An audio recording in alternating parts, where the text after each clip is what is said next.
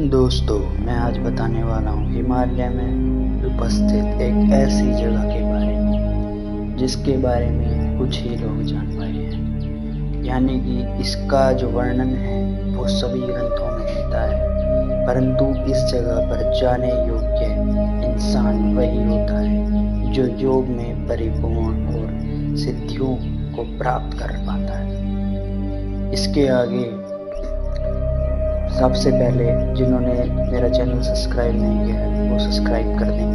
मेरा नाम है सचिन त्यागी और आपका स्वागत है योगी इन हिमालयाज़ में। योगी जो हिमालय में उपस्थित हैं वो जो सिद्ध योगी हैं उन्हें एक ऐसे स्थान पर उपस्थित माना जाता है जिस स्थान का नाम श्रृंगेला घाटी के नाम से जाना जाता है। इस घाटी में ऐसे संत जो हजारों सालों से तपस्यारत हैं, जन कल्याण हेतु, और इनके पास ऐसी शक्तियां उपलब्ध हैं जो समय को भी रोक सकती हैं और समय को पीछे और आगे घुमा सकती हैं। यानी कि पूरे ब्रह्मांड पर ये पूरे ब्रह्मांड की शक्तियों पर अपना अधिकार बना लेते हैं।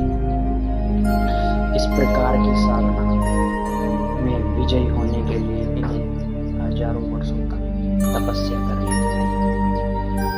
और यहाँ तक कि इस श्रृंगेला घाटी को ढूंढने का प्रयास हिटलर, जो एक विशेष तानाशाह इस दुनिया में पैदा हुआ था, उसने बहुत कोशिश करके अपनी आर्मी के जवान को हिमालय में स्थित तिब्बत क्षेत्र के पास इस क्षेत्र की खोज के लिए भेजा था, परंतु उस क्षेत्र की अनेक प्रकार से खोज करने के बावजूद भी वह क्षेत्र को ढूंढने में नाकामयाब रहा, क्योंकि यह एक फोर्थ डायमेंशन क्षेत्र है। यानी कि जिस दुनिया में हम जीते हैं वो थर्ड डायमेंशन है, और वो क्षेत्र जिसके अंदर अनेक प्रकार के संत जैसे कि परशुराम जी और हजारों वर्षों से तपस्यारत सप्त ऋषिगण, इसी प्रकार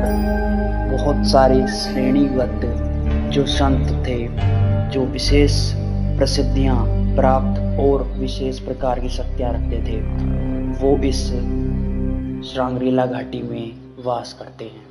यहाँ तक कि इसके बारे में यह भी कहना है कि एक विदेशी युवक जो हिमालय में घूमने के लिए आया हुआ था, हिमालय में घूमते घूमते उसने बताया कि वह एक ऐसी जगह पर पहुंच गया था जिस जगह पर वह अपना रास्ता खोजने में असमर्थ हो गया, यानी कि वह जंगलों में भटक गया था। इसके चलते वह वहां पर भूख और प्यास के चलते बेहोश हो गया। बेहोश होने पर उसने जब होश आया तो उसने अपने आप को एक ऐसी जगह पर पाया जो बहुत ही विचित्र और सुंदर थी। यानी कि वहां पर किसी को बात करने के लिए बोलना भी नहीं पड़ता था, यानी कि वहां टेलीपैथी का यूज बहुत ही सक्षम प्रकार से किया जा रहा था।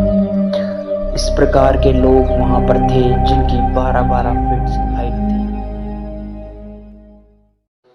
गंगा के किनारे के क्षेत्र में, यानी कि गंगोत्री से लेकर के तिब्बतीय क्षेत्र के बीच में एक ऐसा प्रदेश माना जाता है जिस प्रदेश में आध्यात्मिक शक्तियां वास करती हैं। उस क्षेत्र के अंतर्गत श्रृंगेला घाटी आती है जो फोर्थ डायमेंशन में मानी जाती है।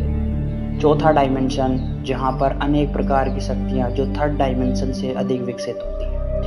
इस प्रकार के क्षेत्र में अनेक प्रकार के ग्रंथों में इसका वर्णन दिया गया। हमारे हिंदू धर्मों में भी इसका, हमारे बौद्ध धर्मों में और अनेक प्रकार के जितने भी धर्म हैं, अलग अलग नाम से इस घाटी के बारे में बताया गया। हालांकि जगह एक ही है, जिस प्रकार से उनका वर्णन किया गया है पुस्तकों में, उस प्रकार से मालूम यह पड़ता है कि वह जगह एक ही है, परंतु उसका नाम सब अपनी अपनी भाषा में अलग अलग बताए हुए हैं। इस प्रकार से इस घाटी की पुष्टि इस प्रकार से होती है कि अनेक प्रकार के संतों ने, जो अब से 200-300 साल पूर्व हुए हैं, उन्होंने भी इसका वर्णन अपनी किताबों में किया है। जैसे लाहिड़ी महाशय और महाअवतार बाबा जी, जिनको 2000 वर्ष की आयु का माना जाता है, और महाअवतार बाबा जी के बारे में यह कथन भी है कि वह 25 वर्ष की आयु पर अपनी आयु को रोके। इस प्रकार से वही वहां पर जा सकता है जो वहां जाने लायक होता है, अर्थात उसका पोर्टल जो 4th डायमेंशन में है, उसका पोर्टल सिर्फ उसके लिए ही खुल पाता है जो एक सच्चा व्यक्ति और सच्चा हृदय रखता है, छल कपट से दूर और एक सच्चा इंसान, और इसी के साथ में वह विशेष रूप से योग में विशेष अभिव्यक्ति रखता हो। इस प्रकार से वही व्यक्ति उसके अंदर दाखिल हो पाता है। तो धन्यवाद आपने मेरे वीडियो देखने के लिए।